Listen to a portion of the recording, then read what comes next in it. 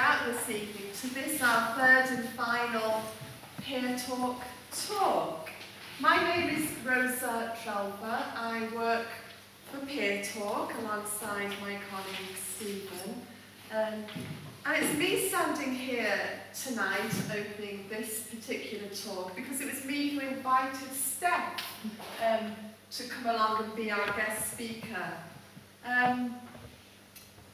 I first heard Steph present about 5-6 years ago at the Lancashire Women's Centre. I was a trainee therapist there, and Steph came to do some training for all the staff and volunteers at the Women's Centre. And I can honestly say, Steph, it's probably one of the most useful training sessions I have ever been to. So I came away informed and much more comfortable with the whole topic. So I'm delighted that you're here, Steph. If I was to call Steph by her proper title, it would be Dr. Lady Stephanie Holmes. I have here a list as long as my arm of her many accomplishments. I'll just reel off one or two. She's the governor at Lancashire and South Cumbria NHS Foundation Trust. She's a member of Blackpool Teaching Hospital, Newcastle upon Tyne Hospital, Tavistock and Portland, Leeds and York. She's the chair of the IAG, Independent Advisory Group. For the East Division of the Lancashire Constabulary. She teaches police forces. She's a member of the Lancashire Constabulary Trans-Critical Friend Group, 2 other Lancashire Constabulary groups. She's a member of the Crown Prosecution Service LGBTQ Scrutiny Panel. She lectures at UCLan in the schools of medicine, nursing, social work, pharmacy, criminology, sociology, public service. What do you not do, Steph? I don't work for a living, I'm retired. Well, there we go. The one thing in this very long list that really caught my eye, though, all this that I've mentioned is really good and very important work, but what caught my eye was I provide and offer advocacy and support to trans people for whatever they need it for, whether it be a visit to a gender clinic, employment, and it's that support that Steph offers so freely and so well. And of course she's the founder of Chrysalis, support groups that I'm sure she'll talk about in a moment.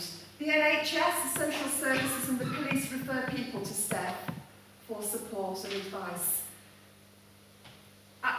You are an awesome lady, that's all I can say, Steph, and it's our very, very great pleasure and privilege that you are here this evening. And I know it's Steph's first face-to-face presentation. She hasn't stopped working since lockdown. She's been doing tons of stuff over Zoom, but to be here in the flesh is wonderful. It's wonderful, and you're very welcome. Seeing real people again. So Steph has a wealth of experience and knowledge. She travels the length and breadth of the country to train and to present. Please extend a very, very warm welcome this amazing lady to settle tonight. Thank you.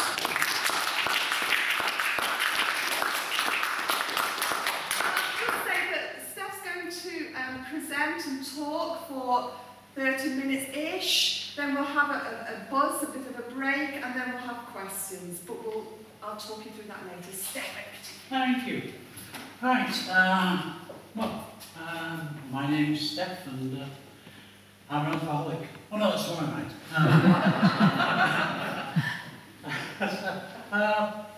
I'm sort of a lot of things, and a lot of labels.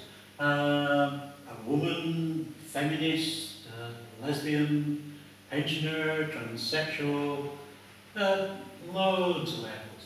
But essentially, and if you take nothing else away from this tonight, I'm just a person like anybody else. I'm no better, no worse than you are, just the same. We're just people.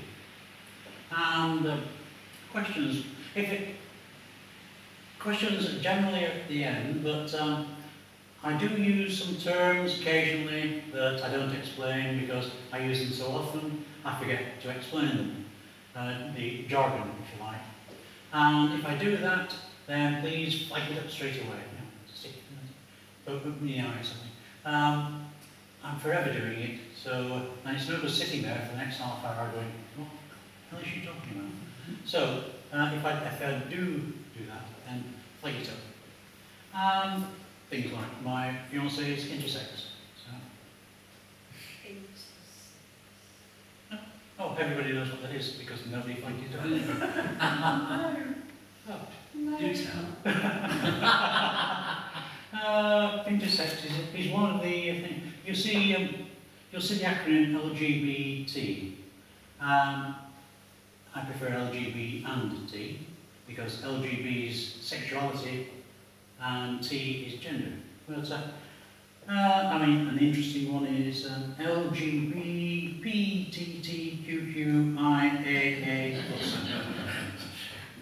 Even that doesn't cover it. About 30, 40 letters. Who knows what gay is? Oh, does anybody not know what gay is? Lesbian? Okay with that? Bisexual? Okay. Pansexual? No. That's fairly straightforward. Pansexual is a person who is sort of fluid in their sexual orientation and sex identity, if you like. They're attracted to a person regardless of their gender, regardless of genitalia they happen to have hanging around. They're just attracted to the person, not to the physical form, not to the gender, just the person. So, and pansexual is just people, not as a 14-year-old student from local said, is that animals as well? No, it's not. No, it's something else. It's probably legal. So, there is asexual as well. That's probably the last of the major ones. Asexual? No? This letter A just means not. So, asexual means not having a sex at all, not fancying anything. That's fairly easy for people like us to understand. You try and explain to a 14-year-old whose hormones are raging what asexual means. You don't fancy anybody. Aha! they can't get it at all. So, the word queer is interesting. It's changed quite a bit. It's sort of, it used to be very pejorative. These days, it's an overall umbrella term for all LGBT and T stuff. So, intersex, wow, that's congenital differences. People are born intersex, and intersex is a mixture of genitalia, a mixture of external appearance, a mixture of internal plumbing. And there are 22 different intersexes, and it is very, very common. 1 in 50 people is born intersex. A lot of the intersexes don't show anything physical. You can only find out by doing a karyotype test. But, it's kind of a hidden thing. And yet 1 in 50. I mean, if you had twice as many people in here, there possibly would be one intersex. So, kind of interesting to think about that. As I said, my fiancée is intersex. She has Klinefelter syndrome. She's well, it's the most common kind of intersex. She has boobs, female musculature,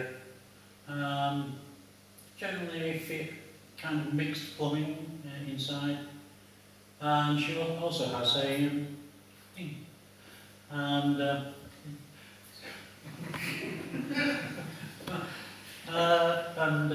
because because of this thing, and because she tends to think of herself as a lesbian. She cleaves to the female side, but she has this thing, so we call her a lesbian with benefits.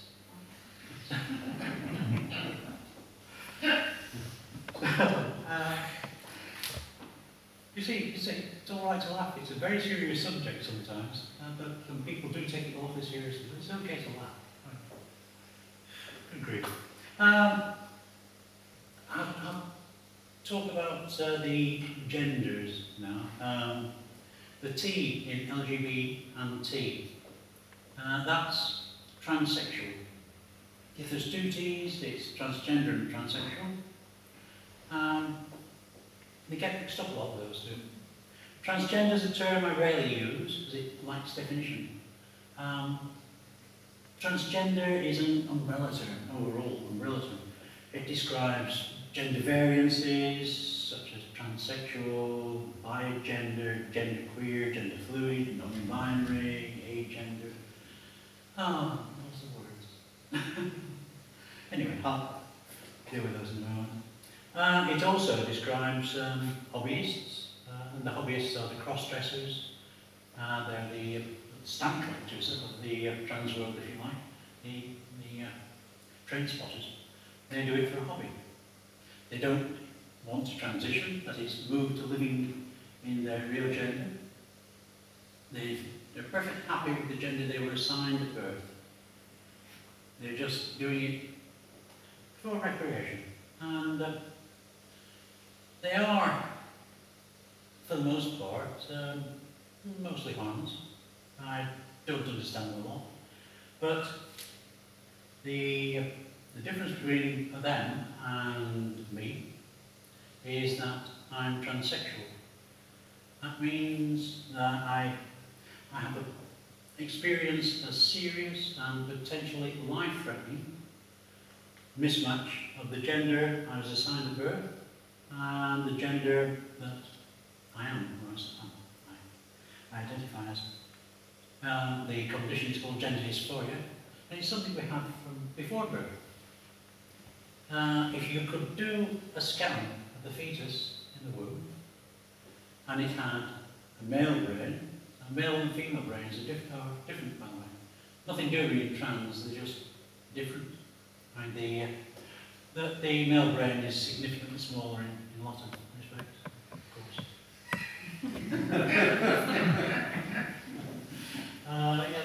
The female brain has a larger INH3 region, larger BSEC region, larger Reishi count. It's bigger, definitely bigger. And the male brain is made smaller at birth, anyway, by I'm taking a section of it away and putting it down there, which is why I'm in pain with that.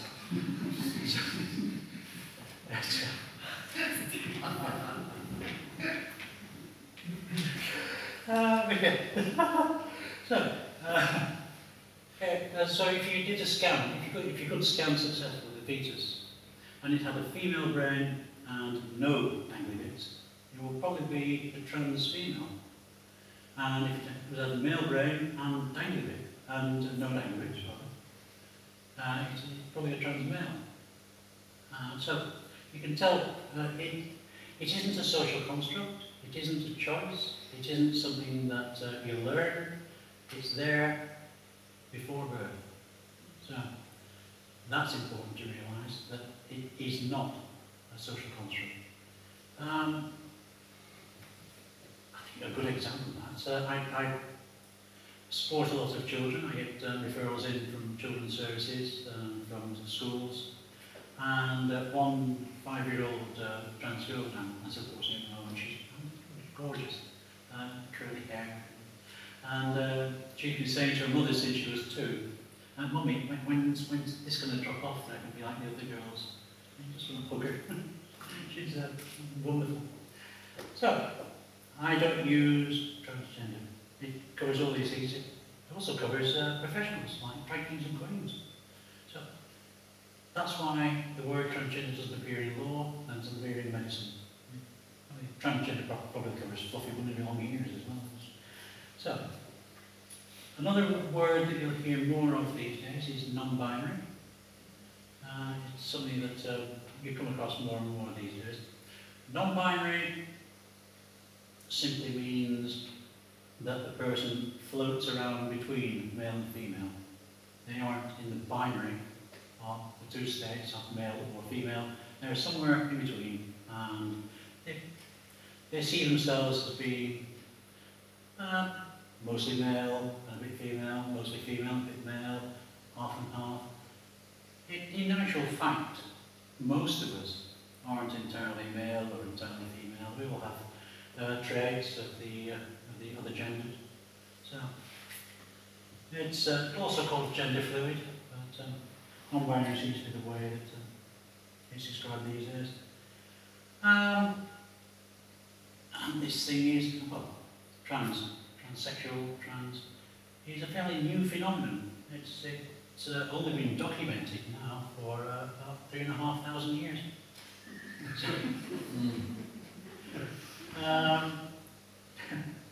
and the first documentation of trans was the pharaohs Akhenaton and later Hatshepsut.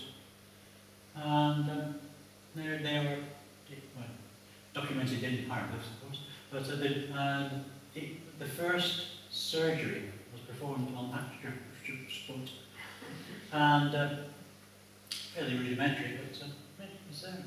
So it's relatively new, 3,500 years. In actual fact, we've been around for a long time. A lot of cultures actually revered us. The North American natives called us Two-Spirit and gave us high office. And we were their shame. So, first recipients of what you call modern gender reassignment surgery were Lily Elba and Dora Richter in 1931. Lily Elba, you might have heard of a film called The Danish Woman. Interesting film. I've never seen it because it's American and has a man playing a woman, and it describes Lily Elba as transsexual. In actual fact, she was intersex. When they did a post-mortem on her after death, they found female bits inside. So. The film is almost entirely not unlike right. So, how can I talk to you today? You know very little about me. Chrysalis is something I started when I transitioned about 15 years ago. No support, no help, no nothing. No, not a thing. I thought, I'm not letting anybody else go through that. So I started Chrysalis Transsexual Support. And it's been going now for a long time. And it serves a very useful purpose. It keeps people alive. We have a slightly higher suicide rate than average. The average suicide rate for all causes amongst adults in the UK is about 0.1%, rising with COVID to about 0.2%. Still quite a lot. I mean, it's a country of 68 million. But, the suicide rate for trans adults is 34%. A third of us commit suicide every year. Quite right, isn't it? Interestingly, for trans children, it's even worse because of the additional bullying, peer pressure and such. They have a suicide rate of 48%. And that's with a suicide rate for all causes of 0.01%. Quite alarming. I can't believe all those things I don't really have. I do. I don't feel like I do very much. I do a lot. I keep myself busy, of course. One of the reasons I keep myself busy is because of a thing that we call the Campbell-Soup-for-One syndrome. It's one of those interesting things that transsexual, when they transition, is noticeable. You can be gay, you can be lesbian, you can be bisexual, all your life. And nobody need know. You don't look any different. You don't have horns and a tail, no matter what Donald Trump says. You're just look normal. But once you transition, you become noticeable. Where's Fred this morning? Oh, she's over there by the photocopy. Really? Noticeable. And because of this, increases in depression, increases in suicide, and it tends as well to mean that trans people think they will never find love, never find friends. Interestingly, when I transitioned, I thought my wife would understand. I'd married because I wanted to keep up with the gender stereotype. Yes, I'm a male, understood. And it didn't work. But she seemed, she understood, but she didn't, and I got accused of just betraying her. The word I hear most from trans partners, the parents of trans children, is bereavement.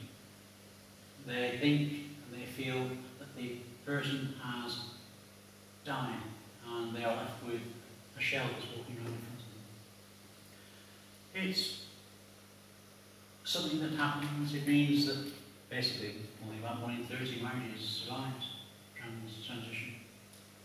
But it isn't actually true. I mean, I lost my wife, my daughters, all my friends except one, and he moved to Australia, which I thought was a bit extreme. I lost all my family, absolutely none of them talk to me now. I lost my marital home, of course. I moved out, bought another house. 3 weeks after I transitioned, I got sacked at work. So, because of being sacked, I couldn't pay the mortgage and lost the house. So, it's pretty good, isn't it? Loss of wife, daughters, friends, family, marital home, house, job. People still say to me that this is a choice. See, I think I'd choose anything else above this. Transsexuals get to a point where it's no longer possible to live a life. Transition becomes imperative. After a while, you either transition or you commit suicide. There isn't a middle ground. So it does mean that all these things come to pass. People sometimes say I'm brave for transition. It's not bravery because I had to do it. Bravery is what's it called? Wallace Hartley, the band leader who played on the Titanic to keep the passengers calm. And that's bravery. I don't pretend to be anything like him. So, it does mean that there are offensive questions asked, of course. People always assume because you're, possibly a bit different to them, that it gives them the right to ask stupid questions. And there are 3 questions that are totally taboo. I don't know what it's I could believe it and not tell you. The first one's obvious, and I get asked it by adults even. But generally the first question I get asked when I'm doing presentations in high schools, have you still got your bits? And kids are wonderful. I mean, for them, it's totally innocuous. They're just interested. When an adult asks that of a total stranger, it's weird. You don't go up to total strangers and say, "Oh, how's your genitalia, by the way?" So, if you do go up to everybody you meet and ask them about their genitalia, well, that's different. You need help. You really need help. There are 3 types of transsexual: pre-op, non-op, and post-op. Pre-op, pre-operation; post-op, post-operation; and non-op, non-operation. Because despite what is generally thought, surgery is not necessary to progress within with your acquired gender. So, I'm sometimes asked, do I want to be a woman? No, not at all. I've always been a woman. I was a woman before I was born, as I explained. I'm a woman now, and I'll be a woman and die. I guess, how long have you been a woman? No. How long have you been a woman? I've heard people say it's easy for you just get your bits chopped off. No, you don't. It's quite a long and interesting operation. I have started describing it once, and two people after 90 seconds got up and ran to the toilet to throw up. So I don't describe it anymore. Shortly after, I think around about the time I said the penis skid is split and then pulled back. No. It's put people off. So I don't tend to describe it. But one thing I will say is that it's a very green operation. It's wonderfully green. There's only a tiny bit that's thrown away. All the rest of it is tucked round and joined up, shoved in. Doesn't do all sorts of it. Such is the surgery these days that I was as a specialist dermatologist, and she was investigating down there, and she said, if I didn't know you were trans, I'd swear you were born with that. That's how good the surgery is. You don't know. The other thing that people say to me is, oh, you're trans. I've got a nephew that's gay. Come on. That's like breaking wind in the left. It's wrong on so many levels. And it confuses sexuality and gender. Very often people will conflate sexuality and gender. It's not something that's normally done. It's not something that's good. So, generally, transsexuals will be what they were before they transitioned. Before I transitioned, I'd been assigned male, and I pretended to be a male. So people said I was straight, because I like women. Transitioned, so the following day, I've gone from straight to being lesbian. Makes you wonder what's in the name, doesn't it? And closer related, I suppose, to the gay question is misgendering, or using the wrong pronoun. People think it doesn't matter. It does. It certainly does. I mean, how would you like me to do it to you? To your mother? To your grandmother? You wouldn't. After all the pain, torment, depression, misery, intimidation, and physical assaults we have to go through, all we want is just to use the right pronoun. Is that too much asked? When I say physical assaults, it is not. It is getting easier to be trans these days, but up until 8 years ago, I've been physically attacked 17 times for being trans. Nothing, fortunately, in the last 8 years. I kind of miss it. No.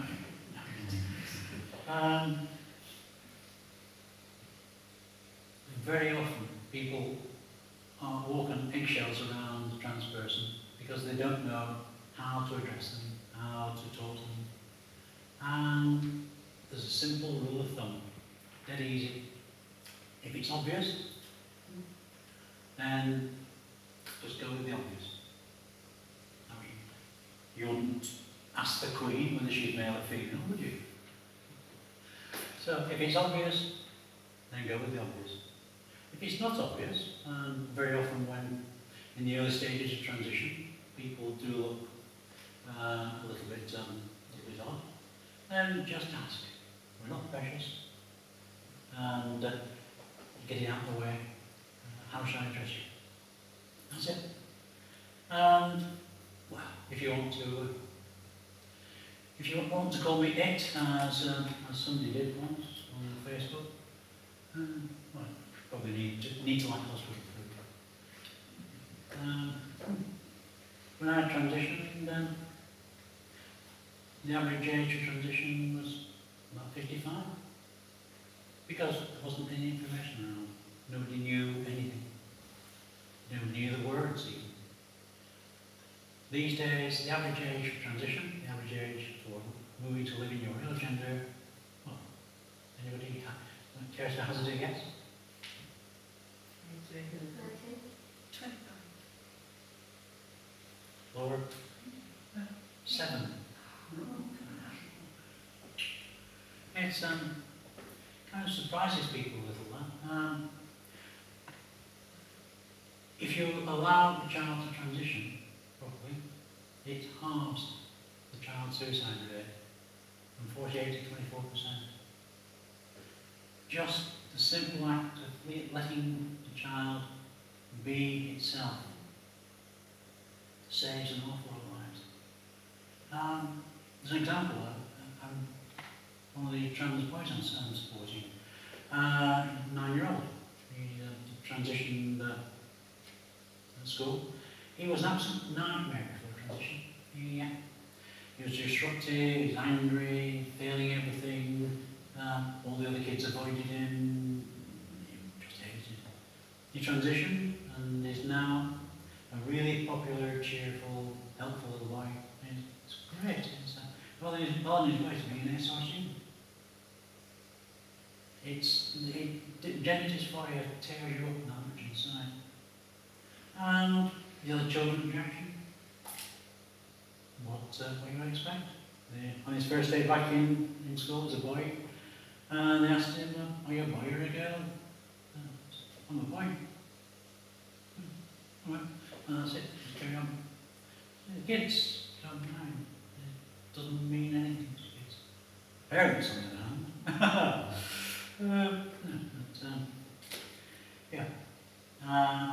Sometimes we get an awful lot of problems with parents complaining.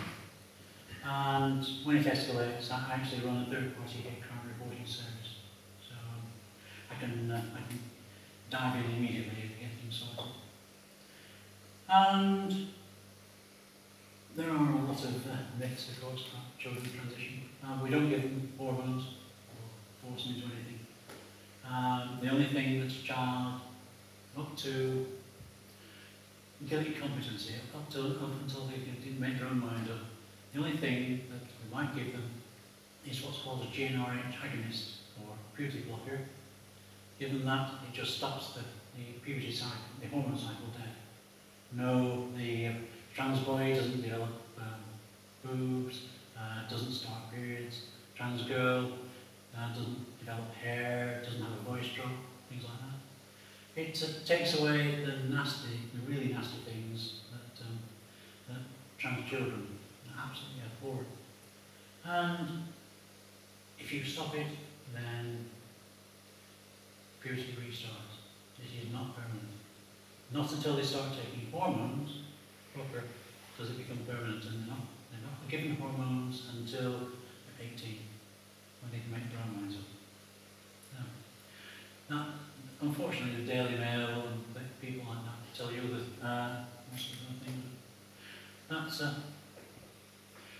That's the reality of it. We are covered by 4 laws. The Gender Recognition Act. There's been a lot of wittering about that in the press recently. It doesn't really do anything. All you do with the Gender Recognition Act is get a gender recognition certificate. If you got one of those, you can get your birth certificate corrected. It costs a hell of a lot with with the fees and court fees and things, it can be anything up to £1,000. And it's very intrusive, all the questions they ask. So less than 5% of trans people actually have one. The Equality Act is the main thing that is for us. The Equality Act, Section 7 says that if you are going to transition, if you are in the middle of transitioning, or you have transitioned with or without medical intervention, and that without is important, then you are covered by the protected characteristic of gender reassignment, and you have to be treated in your acquired gender.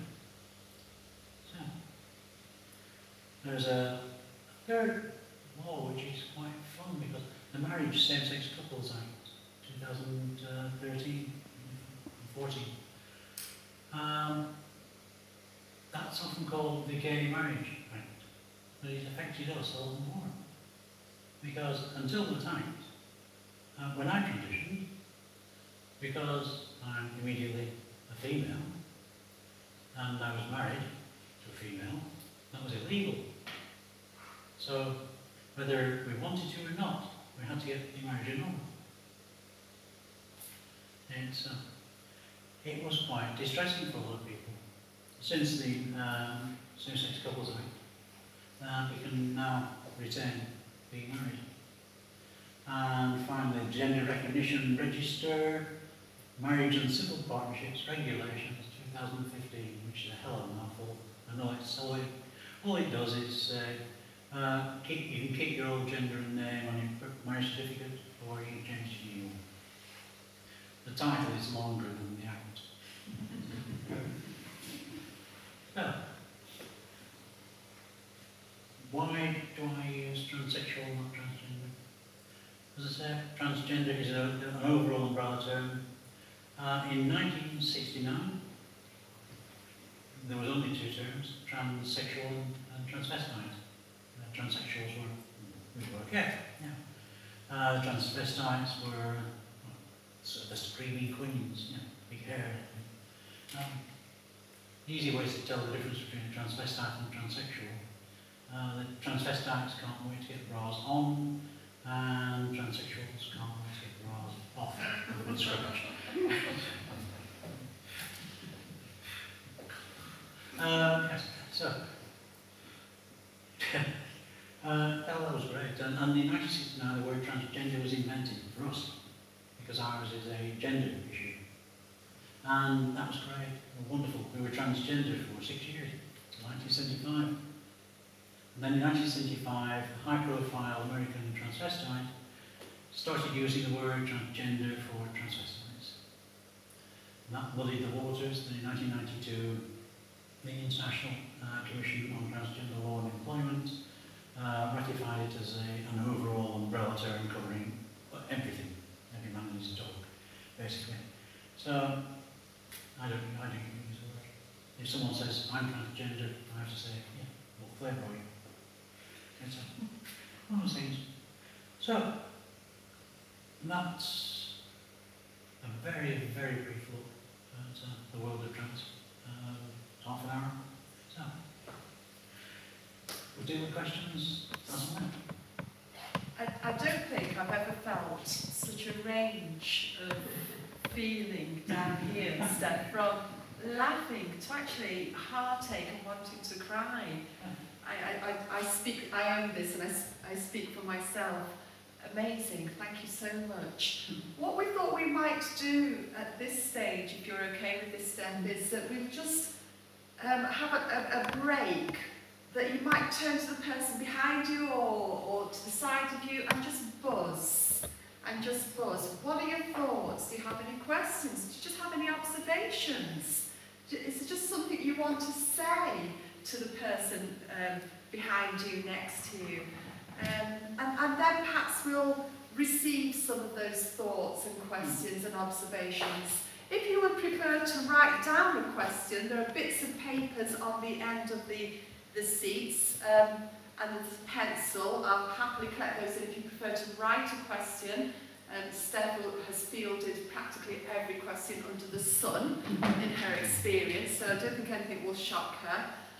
So, shall we say, I don't know, 5, 10, are you okay? 5, 10 minutes. We'll just see how the room feels. 5, 10 minutes to talk, and then we'll reconvene and have a bit of dialogue this way.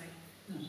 There will be a prize if anybody comes up with a question I haven't been asked. Oh, there's your challenge, folks. Okay, let's see that. Thanks.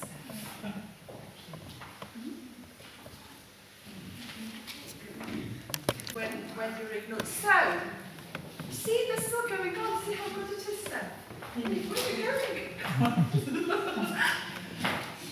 So, questions, comments, observations, thoughts, and with a roving mic, which Stephen is very kindly sanitising.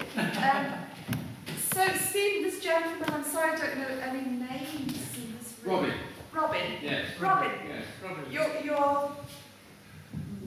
What? It's not. working. She's not. Just talking to him. Why is it that you were attacked, do you think? There were many times. What was it about you that precipitated attacks on other people? It's it used to be very, very common amongst trans people getting attacked. There's the sort of subtle shift from gay bashing to trans bashing. I suppose at the time as well, it was when there were gangs of youths hanging around bus stations, shopping centres and things. And generally the same sort of scenario. I'd go walking past this gang of youths, and they'd shout at my back. Never at the front, of course. They're not that brave. So they'd shout at the back things like tranny and queer. And those. What was it about you that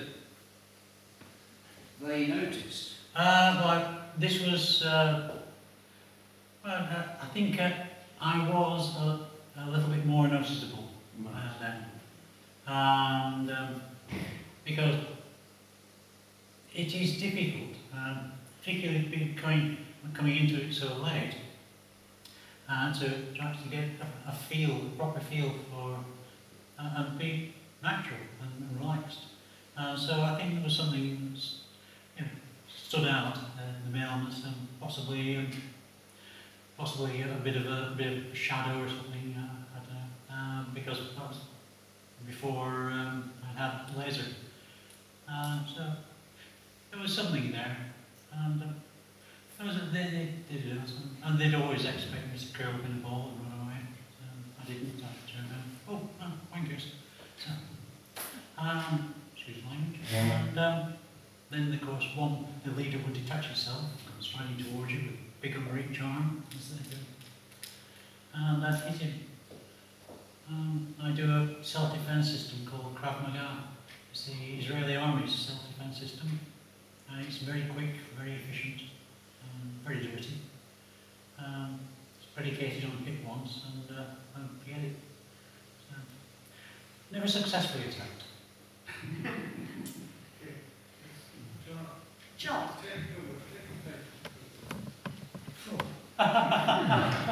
You feel better then? A lot better. Do most transsexuals have a chromosome? I won't call it an abnormality because it would be normal for them. But is there a chromosome difference? No. And if there is, shouldn't we be testing all babies at birth for No. chromosome differences? I've got standard XY. XY chromosome. Well, I actually have an XX chromosome. Because I got female chromosomes. Sorry? I've got female chromosomes. I'm 43XY, XX. So that's what I'm saying. Oh, right, I've figured it out. Effectively, Yeah. So, it's a chromosome. yeah, Presumably at birth you were allocated to the male gender. yeah, because I have. Yes.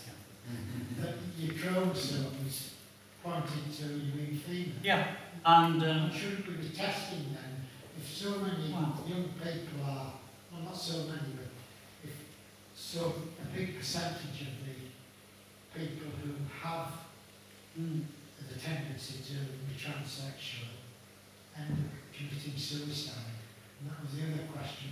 Is that detected suicide, the rate you mentioned, or is it no, actually successful? it's successful suicides. We're very good at it. So it is very high. Yeah.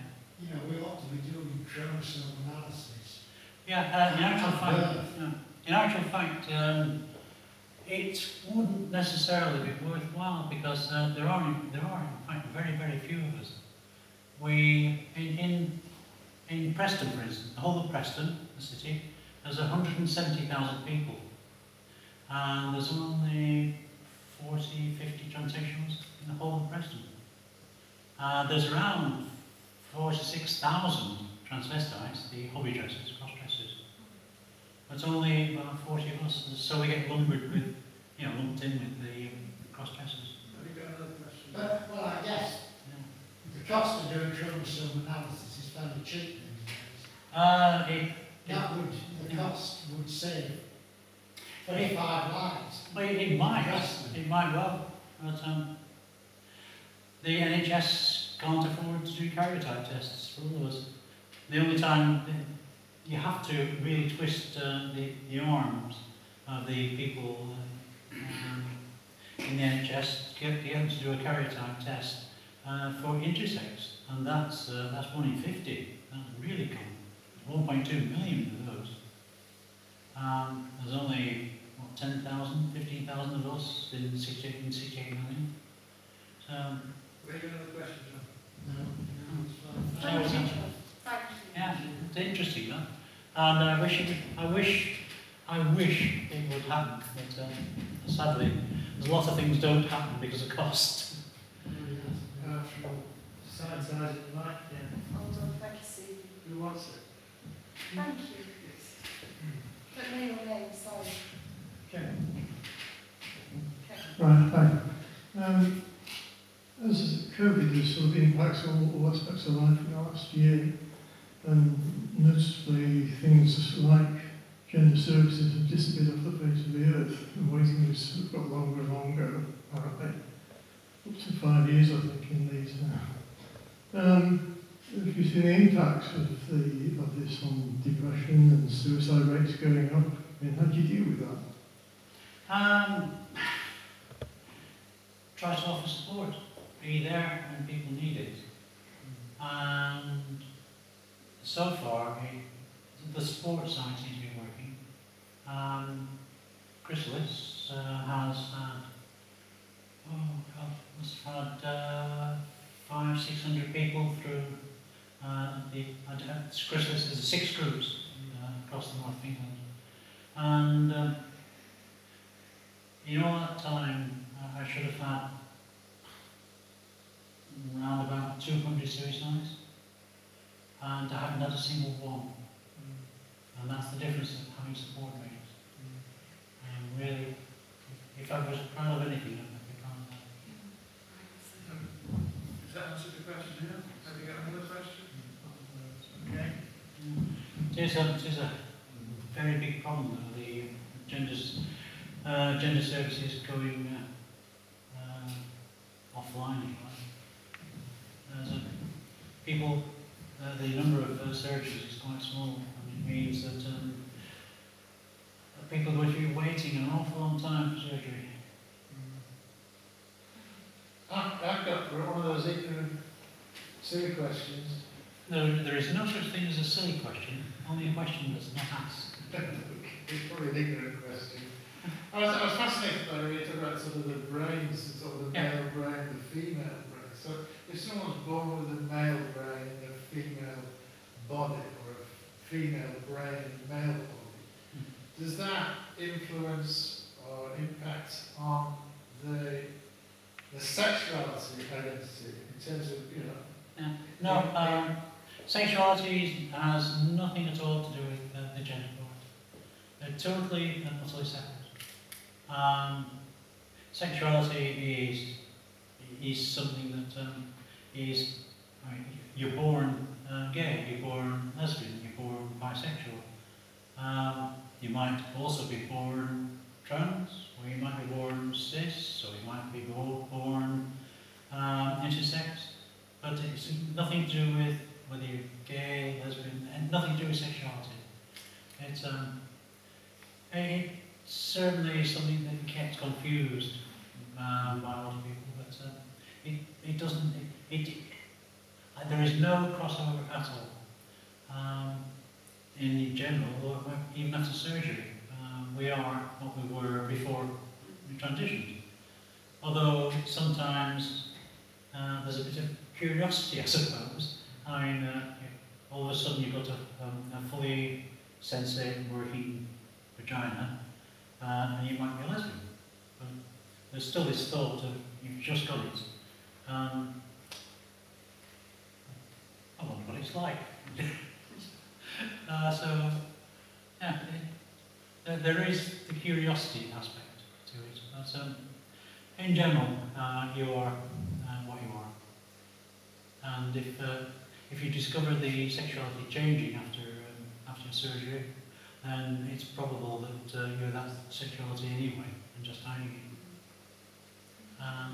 it. You don't suddenly become gay because you have your foot cut off. So why should you become a lesbian just because you've had other bits cut off? Okay, I'll get there eventually. Questions? Sure. I don't need a microphone. I think I can. Yes, speak you do. out. Yeah. It's clean. Okay. You said this has been around since Adam was a lad, or and since Hatchet Shoot. Been there. Very nice temple, can I just say? My question is around people growing older and entering care homes and support for people in care homes, and perhaps that's not the right way of putting the question, but my mother-in-law has just gone into a home. She's a Catholic and she's a left-handed person. Neither of those have been respected, can I just say? So what chance have you got of your gender, your sexuality, or your being respected? Sorry. And this is a home that says they're person-centred. It's not local home, can I just say? Yeah, in actual fact, there is more chance of a trans person being protected in a care home for being trans than well, if there were something more normal like Catholic or something like that, because this is actually a protected characteristic under the Equality Act, so it has to by law be taken notice of. Okay.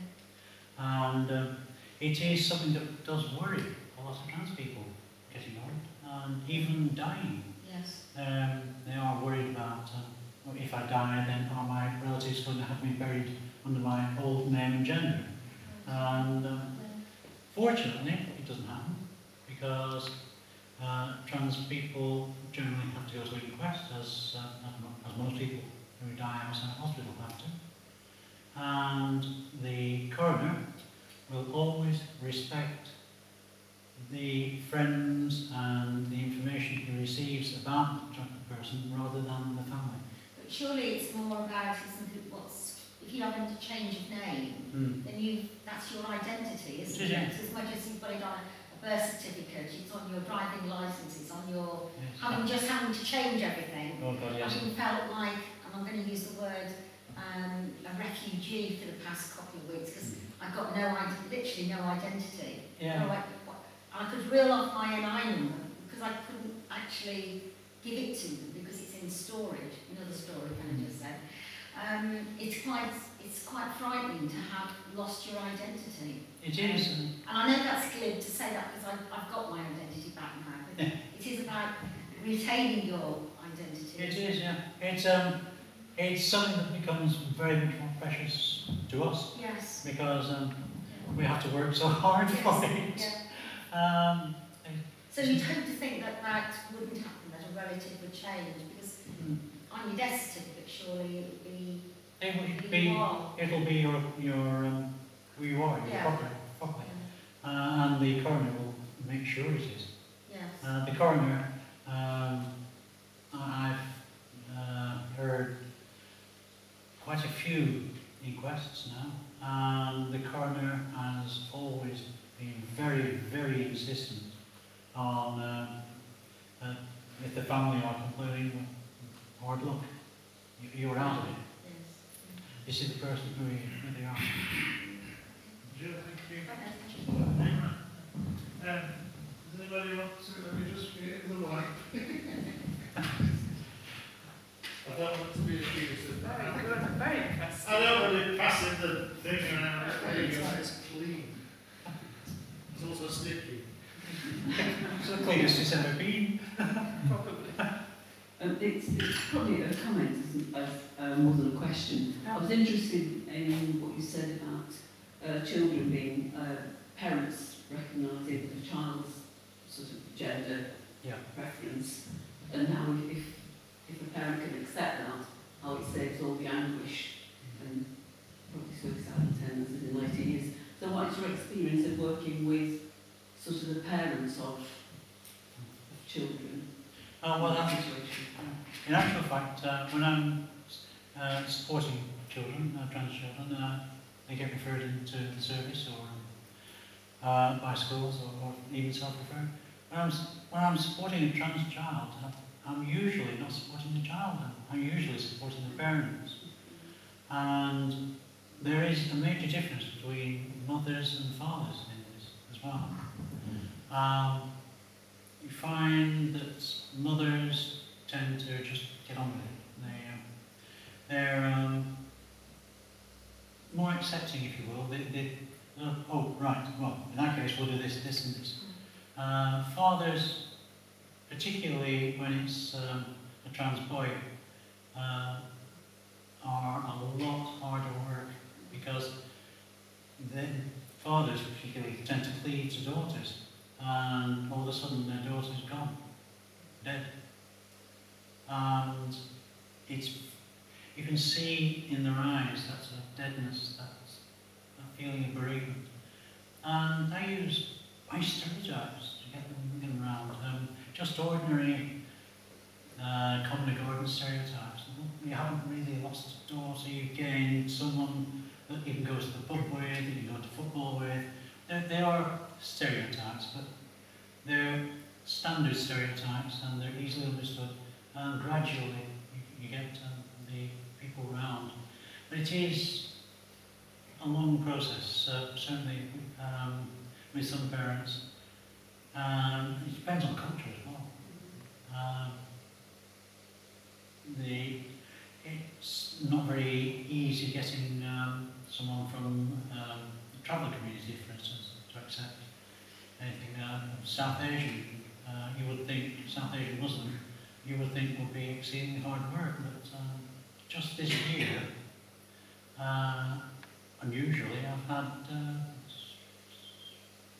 six trans children referred in as South Asian origin. So that is amazing. It's moving apace now. It's gradually getting better. Although I suspect I won't see the day when I'm not needed. Thank you. Are we? Yeah. Yeah. Just making it nice and sticky, Alex. Very sticky. Sorry. Right. Okay. How would you respond if somebody who said that they're very much Christian and that they had difficulties with you being trans, and that if you only love God, then and asked him to change you, then everything would be all right?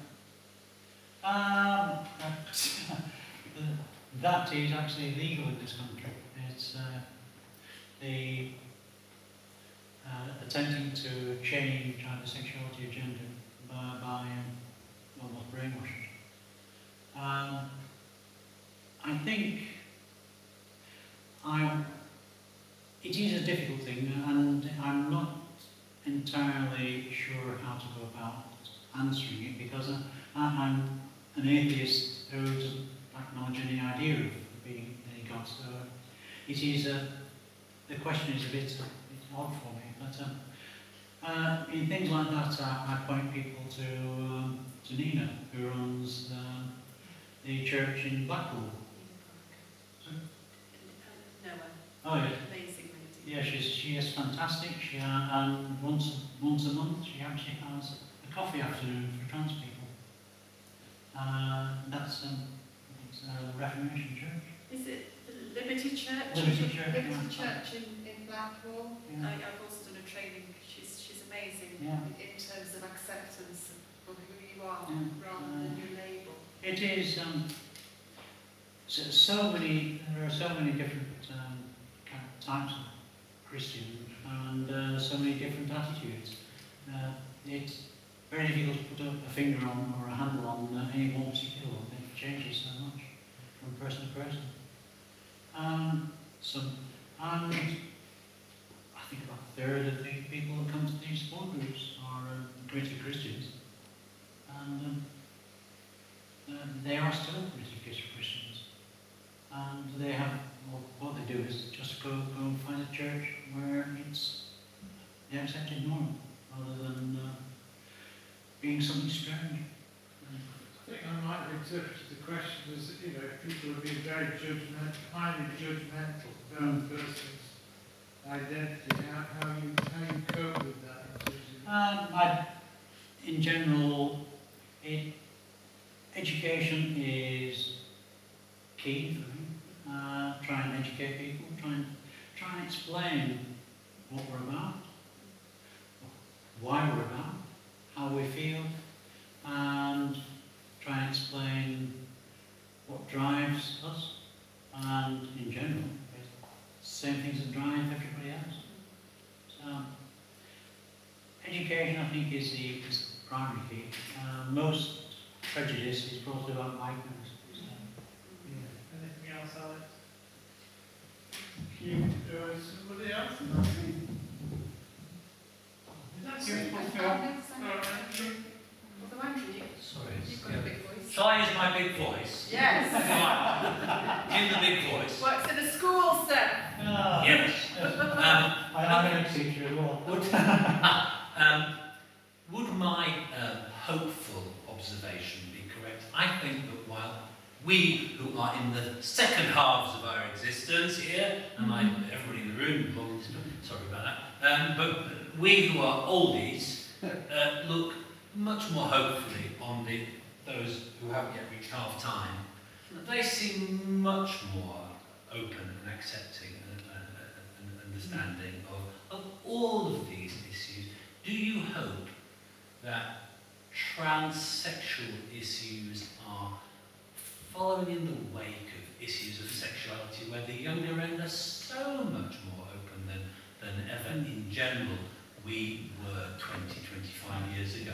Oh yes, it's when I transitioned, I reckon that trans was about 30 years behind gay in understanding and acceptance. These days, I reckon it's about 10 years behind. So we're catching up slowly. It is getting better. I mean, you still get people calling names and things like that, but generally it's done online these days. It makes it far easier to insult someone when it's not face to face. Amazing, really. I mean, I find these days that people that do that sort of thing are they make me laugh more than anything else. I went in my local house. I went in and there were half some guys at the bar who'd been in there all day, a wedding party or something, and you can spot the one that's going to. So I sat down, and eventually he came on me and launched himself down in front. I said, "Have you had a dick? Have you had a willy? Have you had a dick?" "Yeah, I've got one now, yours is here." So,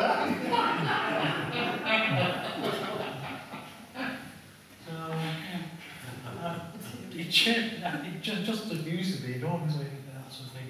I mean, I should really take it seriously. I run the trans hate crime reporting service. So I take it seriously for everyone else, but I just find it very funny these days. So I've got one more question. So last week we had a gentleman speaking on the Black Lives Matter movement, and he was saying how he found it almost offensive that people were using, you know, the BAME or BAME language, because it drew a clear distinction. We're all human, and that just draws a distinction between white and everybody else. Yeah. Do you think the sort of all the letters, you know, the LGBTQIA plus, do you think that draws a distinction between that community and everybody else? Which is divisive. Yeah, I would agree to a certain extent.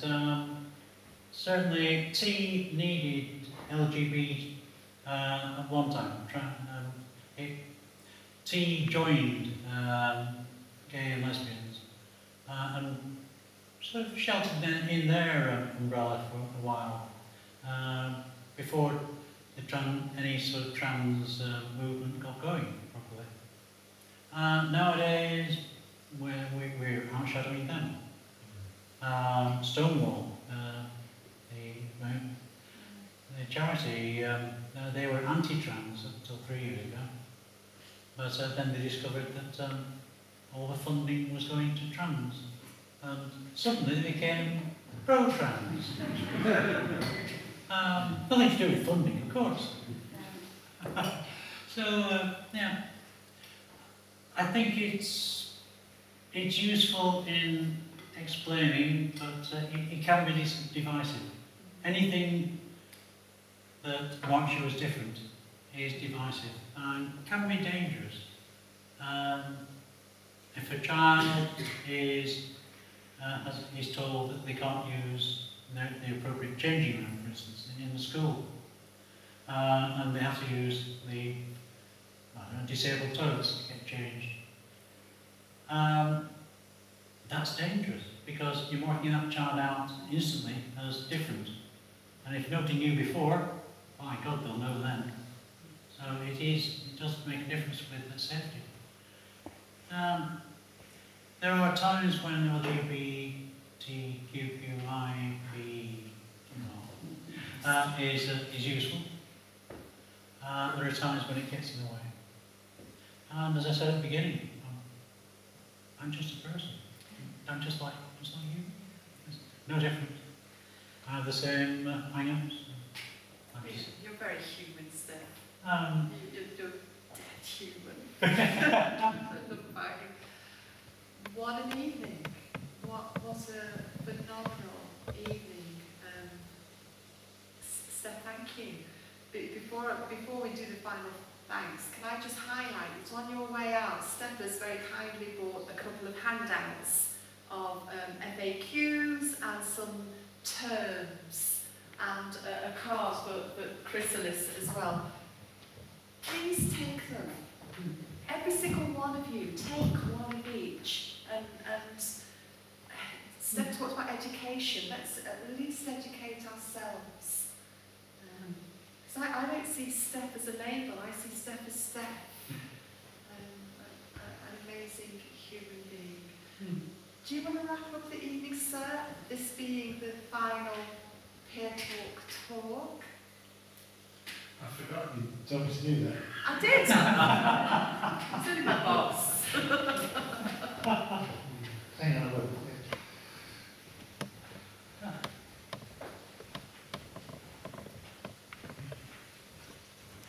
So one of the reasons why we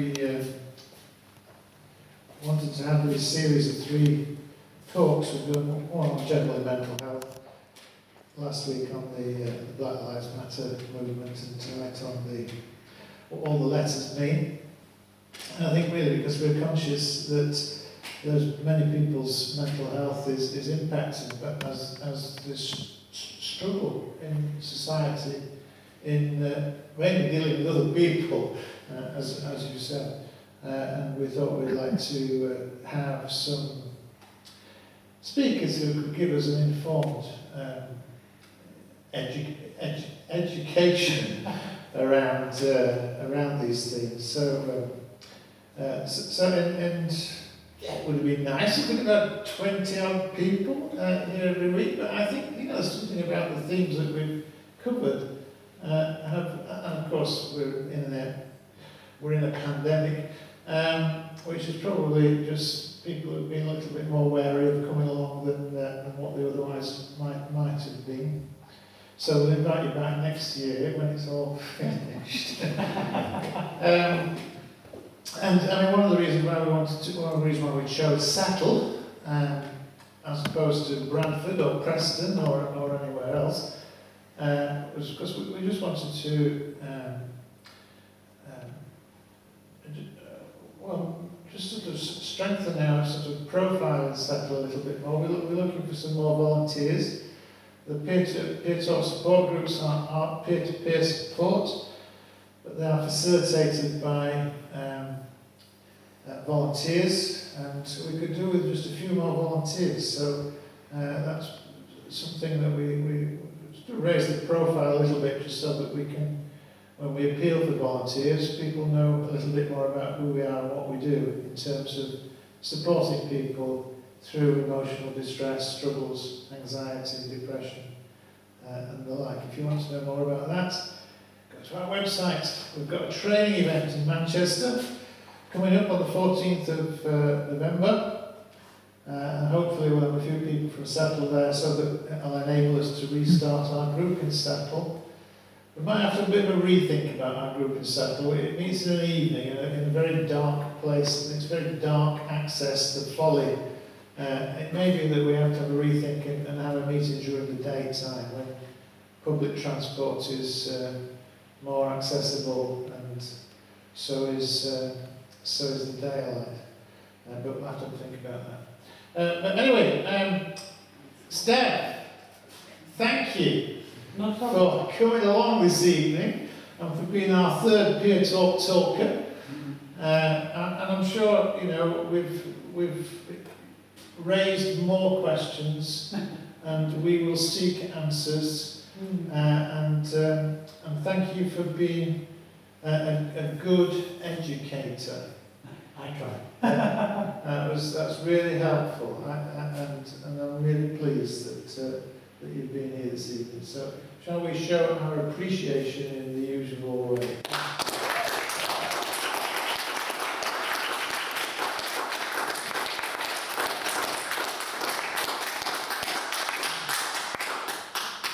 So, if you will maintain your distances on the way out, that will be very helpful. If you want to come and ask Steph another question or something, you put your mask on, please. Thank you.